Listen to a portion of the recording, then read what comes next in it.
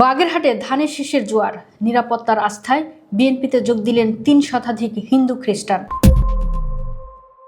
আসন্ন জাতীয় সংসদ নির্বাচনকে সামনে রেখে বাগেরহাটের মোংলা রামপাল আসনের রাজনৈতিক সমীকরণে বড় ধরনের পরিবর্তন ও মেরুকরণ লক্ষ্য করা গেছে। দীর্ঘদিনের প্রথাগত ধারণাকে ভেঙে দিয়ে এবার বাগেরহাটের মোংলায় বিএনপির পতাকা তলে সামিল হলেন সনাতন ও খ্রিস্টান সম্প্রদায়ের ৩ শতাধিক নারী পুরুষ। ধানের শীষ প্রতীকের প্রতি পূর্ণ সমর্থন জানিয়ে রোববার রাতে তারা আনুষ্ঠানিকভাবে বিএনপিতে যোগদান করেন। মোংলা ও পৌর শহরের হোটেল টাইগারে হিন্দু, বৌদ্ধ ও খ্রিস্টান কল্যাণ ফ্রন্ট আয়োজিত এক জাঁকজমকপূর্ণ মতবিনিময় সভায় এই যোগদান পর্ব অনুষ্ঠিত হয়। অনুষ্ঠানে প্রধান অতিথি হিসেবে উপস্থিত ছিলেন বাগেরহাট ৩ আসনে বিএনপি মনোনীত প্রার্থী লায়ন ডক্টর শেখ ফরিদুল ইসলাম। তিনি নবাগত সদস্যদের রজনীগন্ধা ও গোলাপ দিয়ে দলে সাদরে বরণ করে নেন। বিএনপিতে যোগদানকারী হিন্দু ও খ্রিস্টান সম্প্রদায়ের নেতৃবৃন্দ তাদের বক্তব্যে বিগত দিনের রাজনৈতিক অভিজ্ঞতার করুণ চিত্র তুলে ধরেন। তাদের মতে, দীর্ঘদিন ধরে একটি বিশেষ রাজনৈতিক দল তাদেরকে সংখ্যালঘু তকমা দিয়ে কেবল ভোট ব্যাংক হিসেবে ব্যবহার করেছে। কিন্তু ৫ আগস্টের রাজনৈতিক পট পরিবর্তনের পর দেশের অনেক স্থানে অস্থিরতা দেখা দিলেও মোংলা রামপালে বিএনপির নেতাকর্মীরা তাদের নজিরবিহীন নিরাপত্তা দিয়েছেন। যোগদানকারীদের একজন প্রতিনিধি আবেগ আপ্লুত কণ্ঠে বলেন, আমরা অতীতে যে দলের সঙ্গে ছিলাম তারা আমাদের সবসময় বিভাজনের রাজনীতিতে আটকে রেখেছিল।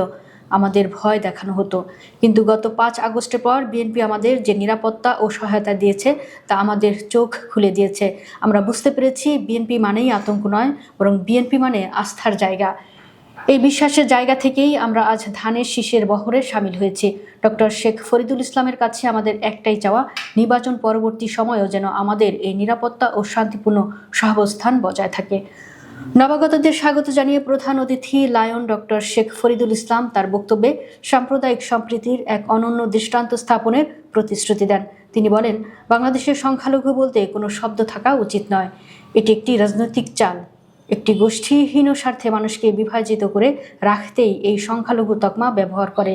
বিএনপি ক্ষমতায় গেলে রাষ্ট্র থেকে এই বৈষম্যমূলক শব্দটি মুছে ফেলা হবে। তিনি আরও জোর দিয়ে বলেন, ধর্ম যার যার, কিন্তু রাষ্ট্র সবার।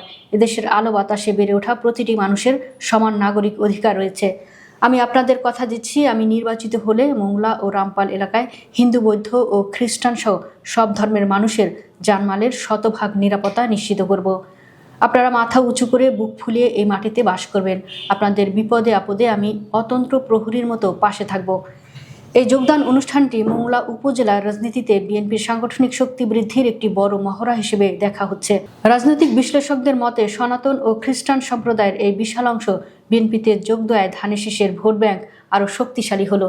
উক্ত মতবিনিময় ও যোগদান সভায় অন্যান্যদের মধ্যে উপস্থিত ছিলেন মোংলা উপজেলা বিএনপির সভাপতি মোহাম্মদ আব্দুল মান্নান হাওলাদার, সাধারণ সম্পাদক আবু হোসেন পনি, পৌর বিএনপির সাংগঠনিক সম্পাদক নাসির তালুকদার এবং হিন্দু, বৌদ্ধ ও খ্রিস্টান কল্যাণ ফ্রন্টের কেন্দ্রীয় সহ সাংগঠনিক সম্পাদক সুব্রত মজুমদার।